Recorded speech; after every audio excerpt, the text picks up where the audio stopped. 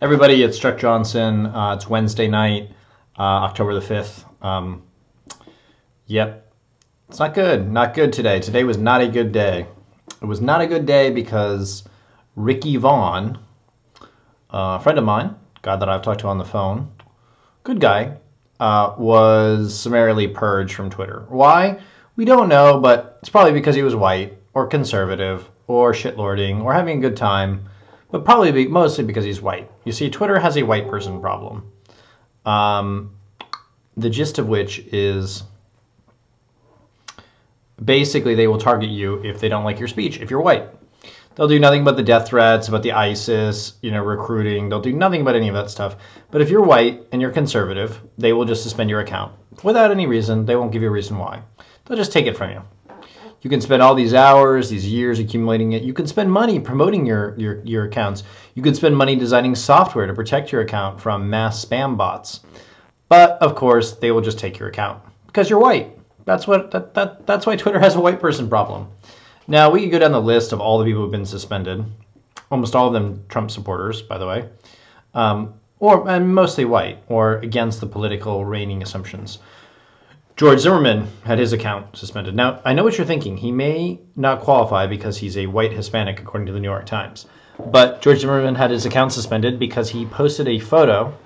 No, not a nude photo. I've seen the photo of his ex-girlfriend, who is now his current girlfriend again.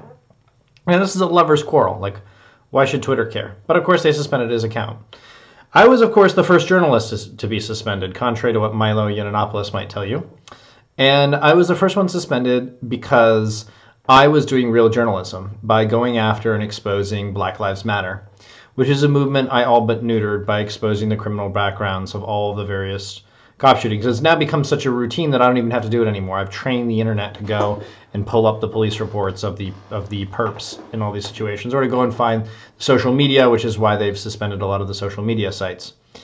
And Milo was suspended because he got into basically a tizzy with some people over the laughably bad new Ghostbusters movie, and with Leslie Jones. So I was suspended for doing journalism, soliciting funds to do journalism, and was suspended for that.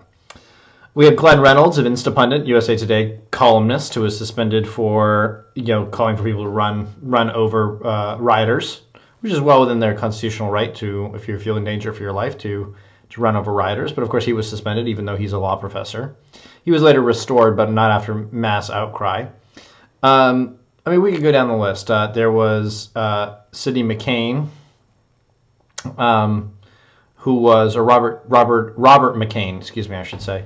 Robert McCain, who was writing some stuff against Femme Frequency, which is a feminist situation, and that was suspended. So Twitter's not really a company. It's more like a super PAC being run on behalf of SJWs, which is why today, the one-year anniversary of Jack Dorsey becoming CEO, it's time to examine some of the past of Twitter. Now, there's this great book, Hatching Twitter, Nick Bilton. Highly recommend it. He was a former New York Times reporter. He's currently, I want to say he's at Vanity Fair. But in this book, there are all sorts of discussions about Twitter and what is Twitter going to be?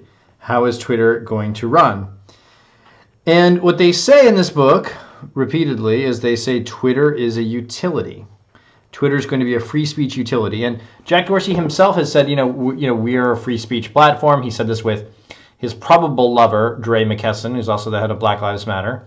I say probable because it's never been confirmed, but they have been cited together on numerous occasions.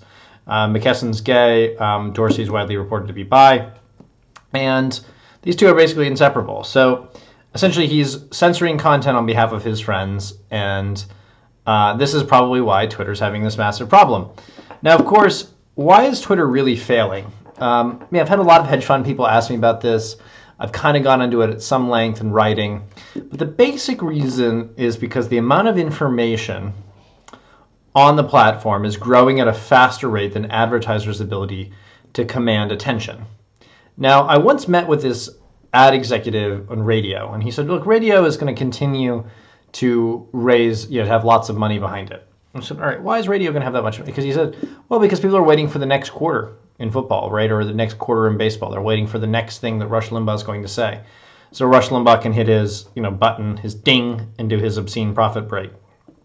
That's what he can do. He controls the monopoly on himself. Now, when you're on Twitter, though, the amount of information is growing at a faster and faster clip. And all the sponsored posts that are up there that people are spending money for, people are blocking them increasingly. They're not buying anything from them. And if you're an advertiser, why would you advertise on Twitter when you could advertise on Facebook or Instagram, which has much richer content about who your advertisers, who your targets are? Now, that's not talking about how, Facebook has cheated a bunch of people and done a lot of unethical things. We could go into why those things were so unethical at a later date. But the short version is just like when you go and you watch the Super Bowl on, the television. And frankly, that's the only time of the year where I watch football. Sorry, I'm not a very good American. But, when you watch the Super Bowl and you sit there and you wait, for the next down or whatever, the commercials command a very high rate because everyone's watching. Similarly, like when Trump was doing the debates, everyone would watch the GOP debates, and so that commanded a very high advertising rate. It probably saved Fox A from having serious problems on its financial reports, given the ouster of Roger Ailes. Now, excuse me for that, by the way. Now, what's going to happen? Well, Twitter is currently supposedly in talks with two different groups. There's Mark Benioff, who is the SJW's SJW. He is at Salesforce. Salesforce is having a lot of trouble. People are moving off of the platform for Salesforce. And he was going to buy LinkedIn, but Microsoft got there first. And so he, he's kind of like the guy who was cheated at the altar or whatever. He's looking for any woman to marry because he already made the decision to marry. And so this is, he's looking around. The other, of course, is Disney. I think it's highly unlikely that Disney will buy it. For the simple reason that, what's the point? Why would you own it? Why would you own something where you could get it for free and you wouldn't have the liability issue of owning it? Now, I think what's going to happen is the earnings. The reason this is all rushed very quickly is that they were coming up on the 1-year anniversary of Jack Dorsey's tenure there, and the stock in the 1 year has more or less collapsed. And partly it's because people like me have been calling attention to the bullshit. When I was suspended, I think Twitter was trading at $44 a share or something like that. Now it's at half that value. It's been as low as a third that value. So that's basically what's going on. They're trying to rush out a sale before their next earnings report, which is going to tank the property. Now, why is Twitter having a really hard time? Well, the simple reason is that the user base wants something very different than the advertisers, which in turn want something very different from the site itself. Now, in YouTube's case, YouTube's a pretty simple concept, right? I produce this video, you consume the video, and while you're watching this video, you are, thank you for the food, honey. While you watch this video, you will be consuming this content. And you'll watch it, you'll enjoy it, you'll hate it, whatever. But what will happen is, maybe I'll stick an ad in front of this, maybe I won't, maybe you'll just PayPal me some money or whatever. But the basic gist of it is the interests of the users who want to see content, the content creators who want to create content, and the site itself who wants to get in the middle, sell ads against it. They're all aligned. That is not the case with Twitter. Twitter's user base wants free speech. They want to follow people who are crazy, who are trolls, who are outlandish, who drive attention. And the trolls first came to Twitter because we were promised free speech. De Costello referred to Twitter as the free speech wing of the free speech party. They repeatedly say that they're open to all voices, except apparently hate speech, which is whatever they define it as.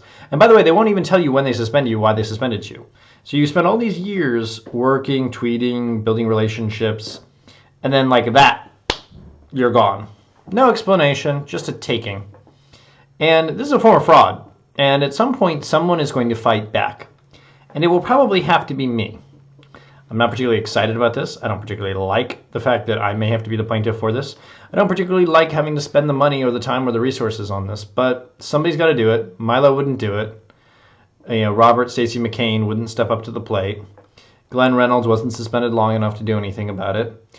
Ricky Vaughn, of course, never, nobody really knows who he is. So this is the basic place that we're in right now at this moment.